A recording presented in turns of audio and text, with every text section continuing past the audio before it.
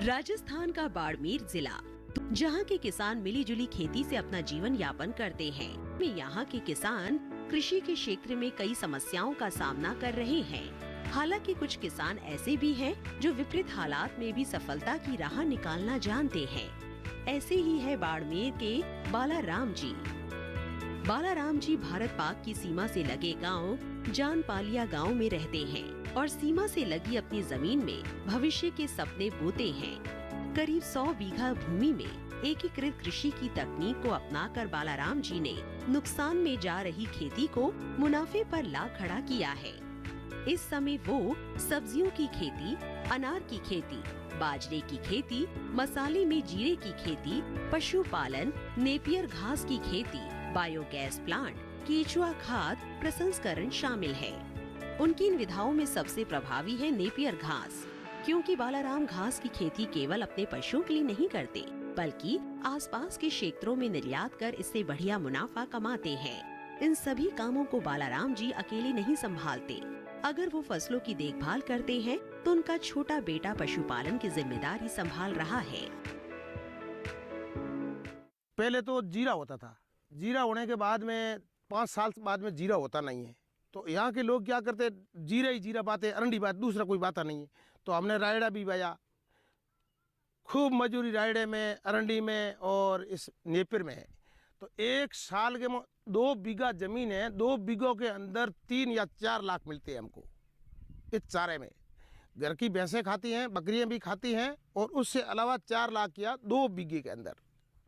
और बिकते ज़्यादा बिकते हैं इस मौसम के, ये ठंडी मौसम है, इसमें इस तुरंत लगता है।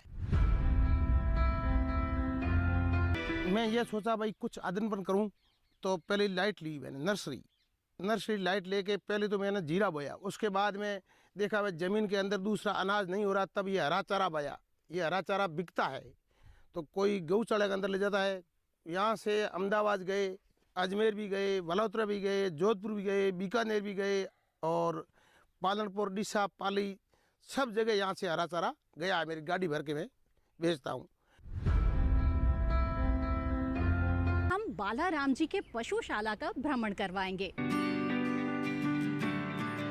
खेती और पशुपालन हमेशा से ही एक दूसरे के पर्याय रहे हैं। इसी को ध्यान में रखकर बालाराम भी पशुपालन करते हैं। उनके पास इस समय 15 गाय भैंस और करीब 60 भेड़ बकरी है, जो उनकी जीवन की गाड़ी को सुचारू रूप से चलाने में मददगार है। पशुओं की सेहत अच्छी रहे और दूध उत्पादन में इजाफा हो, इसके लिए बालाराम पशुओं को नेपियर घास के साथ अजोला भी देते हैं। अजोला की पूर्ति के लिए एक छोटे से पौंड में अजोला उगाते हैं। पशुओं से मिलने वाले दूध को वो बाजार में सीधे नहीं बेचते, बल्कि दूध से घी बनाते हैं। वहीं पशुओं के गोबर का इस्तेमाल बायोगैस संयंत्र में करते हैं और स्लरी का उपयोग जैविक खेती में। इन सभी कामों में उनकी पत्नी और छोटा बेटा बराबरी से सहयोग करते हैं। वो बताते हैं कि उनकी मंशा थी कि उनके दोनों बेटे पढ़ लिख कर डॉक्टर बने। वर्तमान में उनका एक बेटा डॉक्टर बन चुका है, लेकिन दूसरे बेटे ने खेती और पशुपालन में उनका हाथ बटाने को ही अपना ध्येय बना लिया। मैंने यहाँ कुएं मोल खरीदे थे 2001 में। उसके बाद मैं काश्त कर रहा हूँ। ये नेपियर घास भी बोया है और मेरे पास बकरियाँ भी है, भेड़ें भी है, और इस नेपियर 6 साल से ही लगातार होते रहते। एक बार बोया 6 साल तक ये नेपियर चारा भैंसों के लिए, और इससे दूध पवित्र आता है, एकदम लोगों के विटामिन में लिए बिल्कुल सही है। और एक बच्चा मेरा डॉक्टर है और एक बच्चा मेरा किसान का काम कर रहा है। मेरे 4 ट्यूबवेल है यहाँ, सब मैंने मोल खरीदी है पीठ पे मजदूरी करके।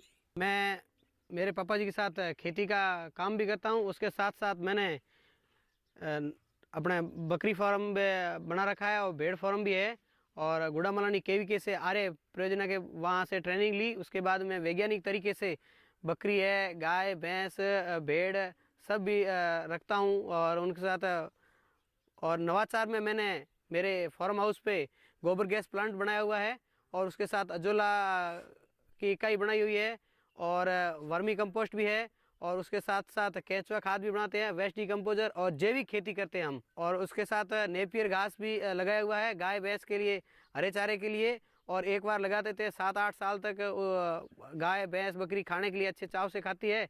और उसके साथ हमारी इनकम भी डबल हो जाती है, क्योंकि एक बार ही लगाना पड़ता है, बार बार लगाने का कोई प्रोसेस नहीं है और अच्छी तरह से, और मुनाफा भी अच्छा होता है बकरियों में।